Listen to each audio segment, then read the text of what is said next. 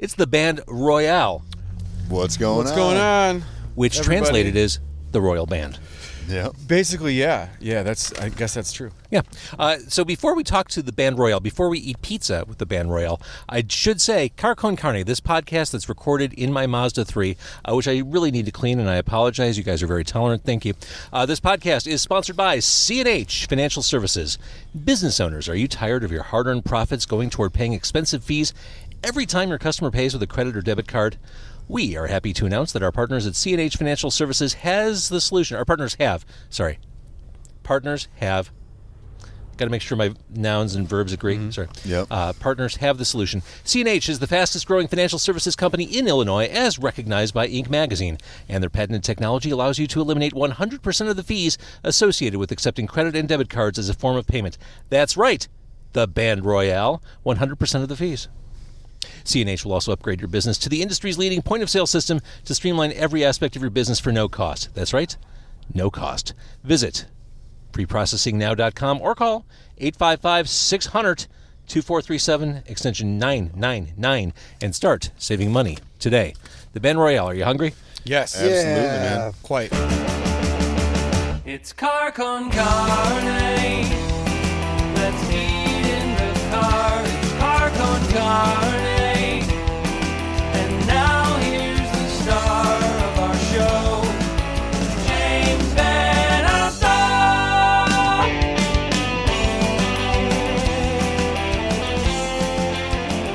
So I've got you in this window between your day job and practice because you've got a show coming up at Lincoln Hall. We do indeed. We're recording this on I don't even know what the day is. Today is the 13th.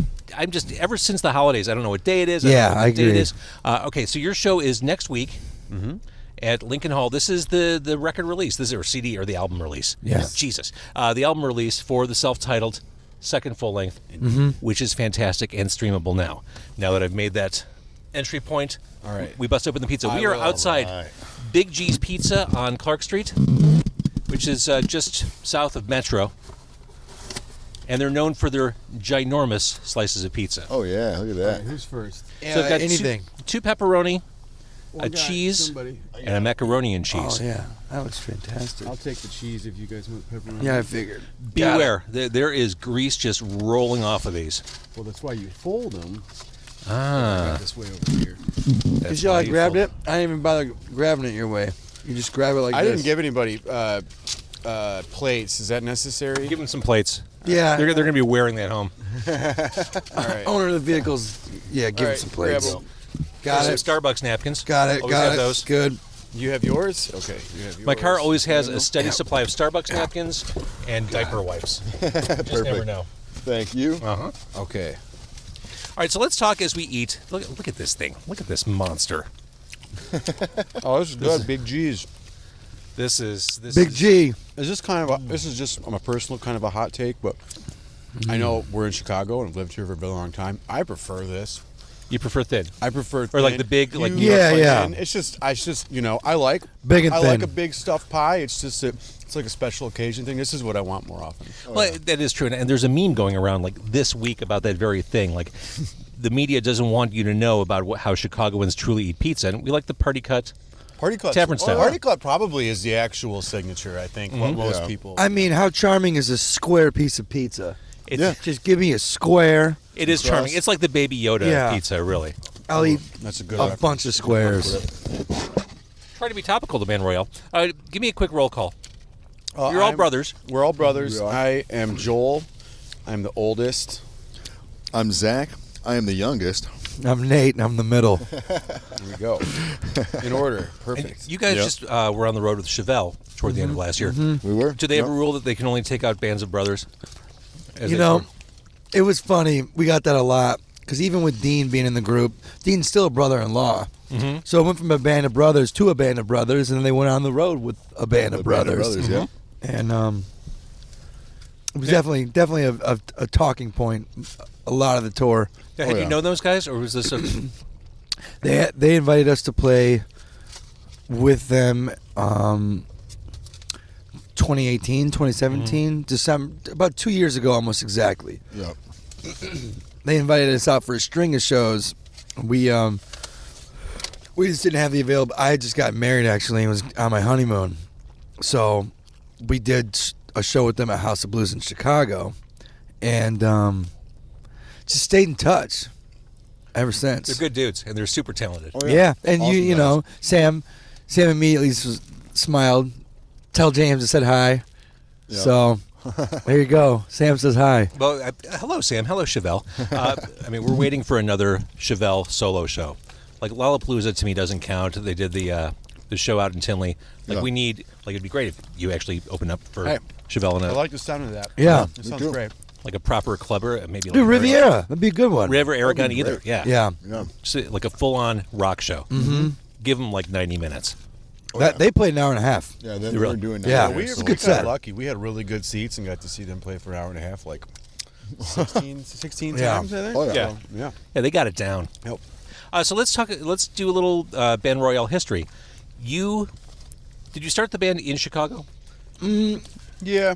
Yeah. I mean, we played together, but we didn't have a band. We didn't have a name. We didn't have songs really written Yep. in earnest. We kind of started this once we were here in Chicago. And we were like, oh, we're all in the same place. Why don't we like actually give this the old college try? No, this was when, like 7 years ago? Yeah, 2012. I'd say, no, I was in Los Angeles in 2000. So 2011. Because you were part of it before, and then you went to LA, and you came back, and then I had to move here from Denver in 2014. Yeah. So I actually joined the band kind of late, in the starting the band process.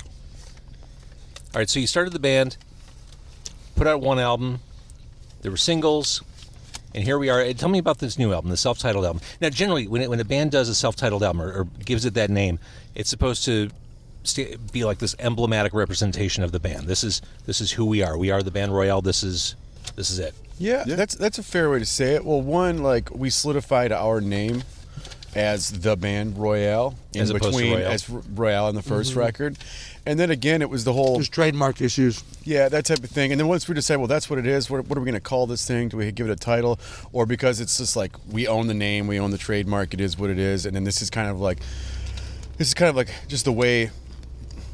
I mean, there's a lot of very different sounding things in the record, but that's the way we like to do it on purpose. Yeah. And so it's kind of that way on design. It's self-titled because it's kind of the way that we like to operate and the way that we probably will operate, where it's like you get kind of lots of different flavors and it's still the Band Royale, but each song we kind of want to be its own little kind of digestible thing if you just want to grab a handful of songs and keep those, Well, if you're looking for a gateway drug to the new album, I played this song last night on my radio show, Demo 312 on 101 WKQX. Loose Lips Sink Ships.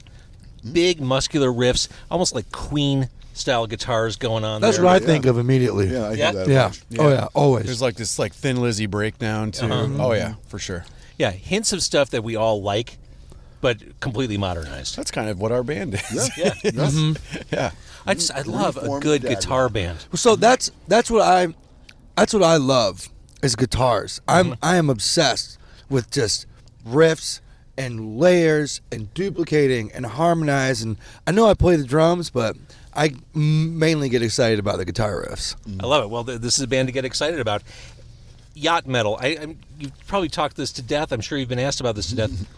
You're a self-described yacht metal artist. Yeah, it's just an inside joke that's kind of Still funny. it's good. It's again, yacht rock is I'm I don't dressed for yacht rock yeah, right now. Just I'm I ready don't to- think there's I'm ready anything to Christopher Cross the shit out of tonight. Exactly. For me, like I love that's like some of my favorite shit on the planet. I just enjoy like the production of records from like just really the decade of the 70s. I think they're the best sounding records ever made. Specifically, kind of like the Steely Dan, Christopher Oh, yeah. Cross, Hall & Oates. Like the production matches how good the songs are, and it's just it is cheesy on a certain level, but I think it's incredibly also like impressive. And then the thought was like take that type of slickness and then just add some gain. Just rock. So yacht. Well, there metal, was no other. We were the only yacht metal band in the world.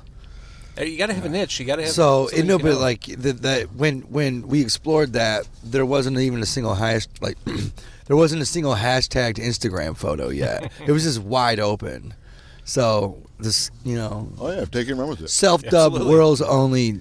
Yep. Clemson just scored. Oh, cool. Now, of course, Game if you're from listening to the inside. podcast, this is all in the past. Yes. Yep. Yeah. But your show is still in the future. This is true. Yep. At Lincoln Hall, which is very exciting. So the Chicago Tribune 4 years ago said, "Can a band be too good?" Yeah, oh God. Talk about We didn't really know where that came from, dude. I don't even remember like what interview or what that even was. Where it I came just, from. and God bless her, it was kind of flattering, but it was also kind of cringeworthy. Wasn't that the one where she came into the Chicago Music Exchange and interviewed us in the basement? Yeah, Yeah. and it's high praise, but just went for it with that one. Can a band be too good? Yeah, it's kind of loaded. It's what it's very she loaded. wrote verbatim. Uh-huh. These prospects come to mind when considering Royale. Nate's read this a few times. Yeah, for sure. apparently. Had time to really digest and think about it. So, as your band goes, as media goes, you only do interviews in swanky places, basements, cars, Oh yeah. Oh yeah. parked by Wrigley Field. Only the Mazdas. nicest Mazdas. specifically. Yep, Surprisingly roomy for a Mazda 3. Oh, Yeah. not bad. Yeah, Yes Factory played live in here last week. Oh wow. Oh wow. That was weird. There were actually 3 people in the back seat, if you can imagine. that. I saw the I picture can't and couldn't imagine that I at all. couldn't It's imagine it. amazing. There was a guitar. I forgot what kind of percussion instrument there was, and wind chimes in the back seat. Wow. That was the first. I always like when an instrument is, a new addition to the There was Darkman Turning. 0.0% chance we were going to play any instrument in your car tonight. That was made clear. yeah.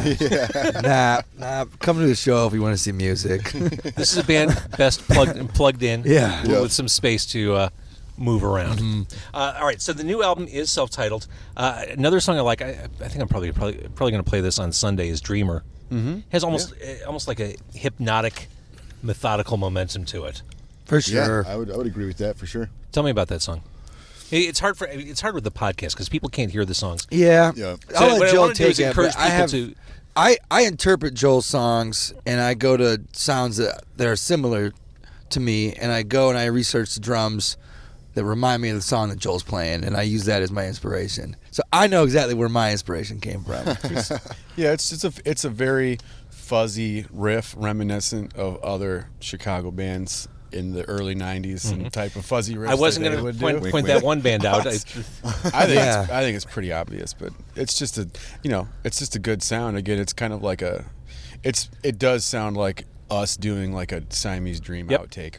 That's the point. Didn't want to say. I hate Well, saying we- No, that's, so, that's kind of the whole point. James, of it, and- though. Yeah, that's cool. We talked about it a little bit, and then we just realized like there's no shame in wanting to play like your influences or liking that sound. No, And yeah. just because that sound existed once doesn't mean you can't do it again. There's a lot of distorted guitar riffs on the planet. Yeah. They've all been done, Yeah. But that one just kind of, as opposed to some of the other heavier stuff on the record, it's like a mellower, fuzzier guitar tone as opposed to like a heavier, thicker overdrive. heavy, So grittier. it just has a different feel, and the drums have like kind of like an ease to them.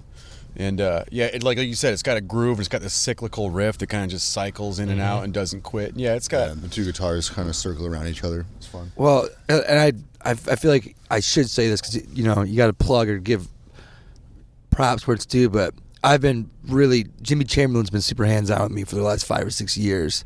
So a lot of this stuff, Wait, what does that mean? I'll ask him permission. Can I use this fill from this song? And he'll be like, "Yeah, dude, of course."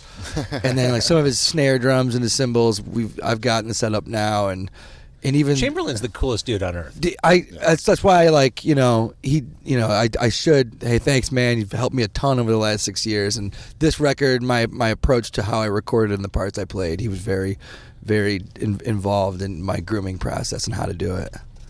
Awesome. All right, so let's talk more about grooves. Under Control. I like the bass groove on that one. Yeah. That's another great song on the album. Talk to me about that song. That's one that I had written and I had made like kind of like a demo recording of, and like the bones were there, and we just always liked the song, and we played it live. We just wanted to like really like do it right and give it like a full fleshed out version. But like that bass it's very much like it's kind of it's like that, like kind of like early 80s like post-punk kind of like walking bass line thing with like cool like an 80s chorused out guitars, flitting around on top of it. As you're describing your music, Some U2 delays. I'm reminded why I like your band. Like you're reinforcing everything I believe to be true about your band. Listen, that's how I talk about, especially when we're trying to record things. If I want to get things across to like, the engineer who we're working with, Noam over at Rax Tracks, who's incredibly talented. I talk visually, like riffs and things have sounds, and I'll just describe them in a visual way, and usually it gets it across. And he's like, "Oh, I know what you mean. It's like this type of reverb or this type of thing," or it's like, "I want there to be a bedrock of this with some like pretty thing floating around," and like that's kind of how I describe it, and then it kind of comes across that way. Hopefully, it comes across that way when you hear the stuff. Well, Under Control is fun because we kind of deconstructed it. Zach did all the guitar solos on that one. Yeah, I did do that one. So, and then I was really going for some Stuart Copeland sort of stuff on the ride and the fills, Nice. for sure. All right, so Lincoln Hall, again, the date of the show? January 22nd. It's a Wednesday. I know it sucks, but, you know. Wednesday night's not bad for a rock show. Wednesday's I night, mean- people are ready to get out and do I hope something. so. Yeah, Wednesday's my Wednesday night's the Saturday. I love first it. night of the weekend. If you want to get aggressive about it, that's the first night you can. Like Tuesday night's a little much. Yeah. Tuesdays are the worst days of the week. It is. It is. Yeah. No, I think everybody's got to agree. Tuesday's the worst. Everything seems so far away. You know. Right, like Monday, Oh, you yeah. kind of have that shock of adrenaline, like, okay, here we go, new week. Yup. Like, you're kind of in it. Then Tuesday, it's like, oh my God, we're still days away. This is awful. Wednesday, Yeah. hump day. You Wednesday, feel like you're on the other side of You it. can catch a buzz on Wednesday. And Lincoln Hall, such a great room. Oh yeah. Yeah, good food, It's, too. honestly, it's it's going to be a great show. It's because it's going to be great. But as a band playing there, Lincoln Hall's like, it's like a pleasure. It sounds so good. It sounds like you're playing in a studio. I mean, Oh, it's- man. Our front of the house engineer at Lincoln Hall, we've got a guy named Chris Jellin who's done all of our major shows. He's done front of the house. So he's fantastic. And these shows you record. So there'll be a live album as well. 'Cause, Awesome. we get mixed and mastered by our engineer that masters everything that we put out. Yep. All right, so we can see you then. The album is streamable wherever. Do you guys ever get sick of each other? I mean, are you cool forging ahead? Yeah. I mean, Yeah. Oh yeah, for sure. pretty good, man. I'm pretty much try to stick just to these guys every other day or every day. We make friends well, but like, just none of my friends are cooler than either of them. So I just kind of focus more on them, and then Love your that. gravity pulls people in. I So love it. All right, how was the pizza, by the way?